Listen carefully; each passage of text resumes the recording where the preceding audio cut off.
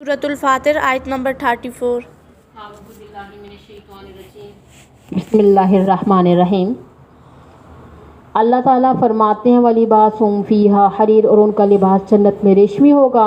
وَقَالُوا، اور جنتی کہیں گے الحمدللہ الذی اذھب عنا الحزن، تمام تعریفیں اللہ تعالیٰ ہی کے لیے ہیں کہ جس نے دور کر دیے ہم سے سارے غم۔ نہ وہاں بیماری کی پریشانی، موت کا ڈر، نہ چوروں ڈاکوں کا خطرہ، نہ لڑائی جھگڑے کی پریشانی۔ دنیا میں قدم قدم پہ پریشانیاں آتی ہیں، وہاں کسی قسم کی کوئی پریشانی نہیں ہوگی۔ اس لیے ان ربنا لغفور شکور، کہ بے شک ہمارا رب البتہ بخشنے والا بھی ہے اور قدردان بھی، جس نے ہمارے برائے نام اعمال کی قدر کی ہے اور ہمیں بخش دیا ہے، جنت میں بھی پہنچا دیا ہے۔ الذی احلنا دار المقامت، وہ ذات پاک جس نے ہمیں اتارا ہے ٹھہرنے کی جگہ میں، من فضلہ، اپنے فضل سے۔ یہ عمل تو صرف سبب ہے، جنت کا داخلہ تو صرف اللہ تعالیٰ کے فضل سے ہے، مگر یہ فضل اسی پر ہوگا کہ جس کے پاس وہ عمل ہوگا جس پر اللہ تعالیٰ راضی ہوگا۔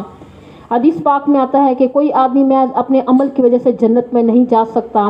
صحابہ کرام رضی اللہ تعالیٰ عنہم نے عرض کیا کہ حضرت، ہمارے عمل تو کچھ بھی نہیں ہے، آپ صلی اللہ علیہ وسلم کے اعمال تو بڑے جاندار ہیں، کیا آپ صلی اللہ علیہ وسلم بھی اپنے اعمال کی وجہ سے جنت میں نہیں جا سکتے؟ تو آپ صلی اللہ علیہ وسلم نے اپنا ہاتھ مبارک اپنے سر مبارک پر رکھا اور فرمایا وَلَا أَنَا إِلَّا أَن يَتَغَمَّدَنِي اللَّهُ بِفَضْلٍ مِّنْهُ وَرَحْمَةٍ، کہ میں بھی اللہ تعالیٰ کے فضل اور رحمت سے مستغنی ہو کر جنت میں نہیں جا سکتا۔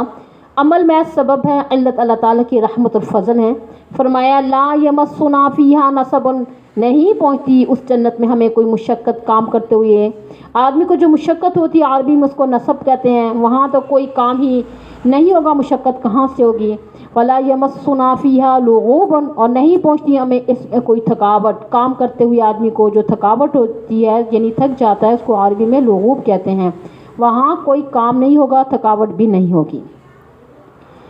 ٹھیک ہے جی، یہ تو مومنوں کا ذکر ہوا، اب دوسروں کا حال بھی سن لیجئے۔ اللہ تعالیٰ فرماتے ہیں والذین کفروا، اور وہ لوگ جو کافر ہیں، لہم نار جہنم، ان کے لیے دوزخ کی آگ ہوگی، لا یقضی علیہم فیموتوا، نہیں فیصلہ کیا جائے گا ان کے بارے میں کہ وہ مر جائیں، کیونکہ اگر ان کو مار دیا جائے تو سزا کون بھگتے گا۔ سورہ زخرف میں بھی یہی آیا کہ وَنَادَوْا يَا مَالِكُ لِيَقْضِيَ عَلَيْنَا رَبُّكَ، اور پکاریں گے دوزخ والے اور کہیں گے کہ اے مالک، یہ کس کا نام ہے؟ جہنم کے انچارج فرشتے کا نام ہے۔ اچھا کیا نام ہے؟ بولے یا مالک، چاہے کہ فیصلہ کر دے ہم پر آپ کا رب، تو تم درخواست کرو ہماری طرف سے رب ہمیں ختم کر دے۔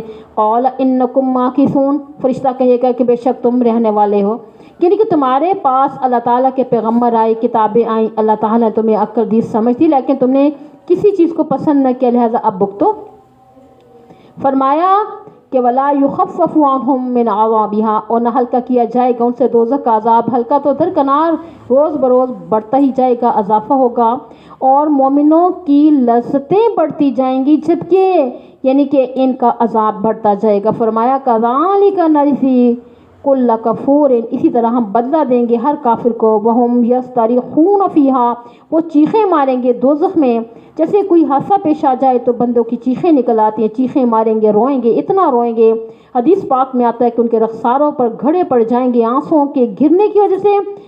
کبھی آپ نے پہاڑی سفر کیا اور دیکھا ہوگا کہ اوپر سے پانی گرتا ہے اور نیچے یعنی کہ گھڑے پڑ جاتے ہیں، ایک ایک مجرم اتنا روئے گا، اس کے آنسو جو ہوں گے اتنے ہوں گے کہ اس میں کشتی چل سکے گی۔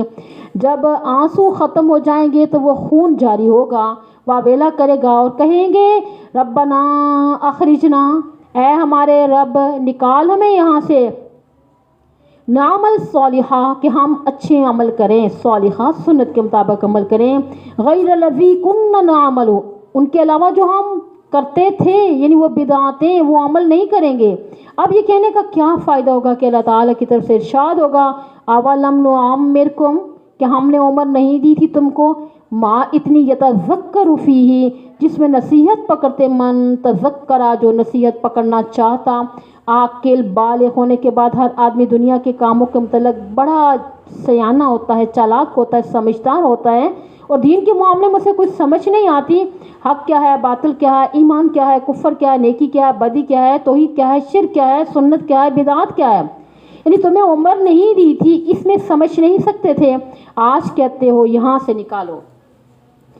وَجَاءَكُمُ النَّذِيرُ، اور آیا تمہارے پاس ڈرانے والا ہمارے حق میں، حضرت محمد صلی اللہ علیہ وسلم بشیر بھی ہیں اور نذیر بھی ہیں۔ یہ تفسیر بھی ہے نا، قرآن کریم میں اللہ تعالیٰ نے عذاب سے ڈرایا، اور یہ تفسیر بھی ہے کہ اللہ تعالیٰ نے عقل دی ہے، عقل سب کے لیے نذیر ہے۔ یہ تفسیر بھی ہے کہ جب بندے کے سر اور داڑھی میں ایک بال، آدھا بال سفید ہو جائے تو نذیر آ گیا۔ میں نذیر کی تفسیر بتا رہی ہوں، ٹھیک ہے۔ سلف صالحین کی داڑھی مبارک میں جب سفید بال آ جاتے تو ان میں انقلاب پیدا ہو جاتا تھا کہ میں پہلی حالت میں نہ رہوں، جیسے کہ آج کل جو صحیح حاجی ہوتے ہیں نا، جب واپس آتے ہیں تو ان کی زندگی میں انقلاب ہوتا ہے، جو رسمی ہوتے ہیں تو وہ جیسے گئے تھے ویسے ہی واپس آ جاتے ہیں۔ بعض نے فرمایا کہ نذیر سے مراد پوتا پوتی ہے، جس وقت کسی کے ہاں پوتا پوتی ہو جائے تو اس کو اصغر خود یعنی کہ بستر بھی گول کرنا پڑے گا۔ یہ ساری تفسیریں صحیح ہیں، اللہ تعالیٰ کا لازمی نہیں کہ پوتا پوتی بھی ہی کر لیں، بس یہی بتایا جا رہا ہے کہ جب اولادیں بڑی ہو جائیں، ان کے بچے ہو جائیں، کوئی بھی ہو جائے، اللہ تعالیٰ کا پیغمبر بھی نذیر ہے، قرآن بھی نذیر ہے، بڑھاپا بھی نذیر ہے، پوتا پوتی بھی نذیر ہے، نواسیاں بھی نذیر ہیں۔ تو فرمایا تمہارے پاس نذیر آیا تھا، اب تمہاری کوئی بات نہیں سنی جائے گی، فذوقوا، پس چکھو تم، فما للظالمین من نذیر، بس نہیں ہے ظالموں کے لیے کوئی مددگار۔ جو نصیر ہے نا، اس کا معنی ہوتا ہے مددگار، یعنی چیختے چلاتے رہو، یہاں سے نکلنا بالکل محال ہوگا، ممکن نہیں ہوگا، کیوں تم نے ظلم کیا تھا، ظالم لوگ بھی۔ فما للظالمین من نصیر، اور اللہ تعالیٰ نے ہمیں قبل از وقت یہ باتیں بتلا کر سمجھا دیا تاکہ ہم دوزخ سے بچیں اور جنت حاصل کرنے کی کوشش کریں۔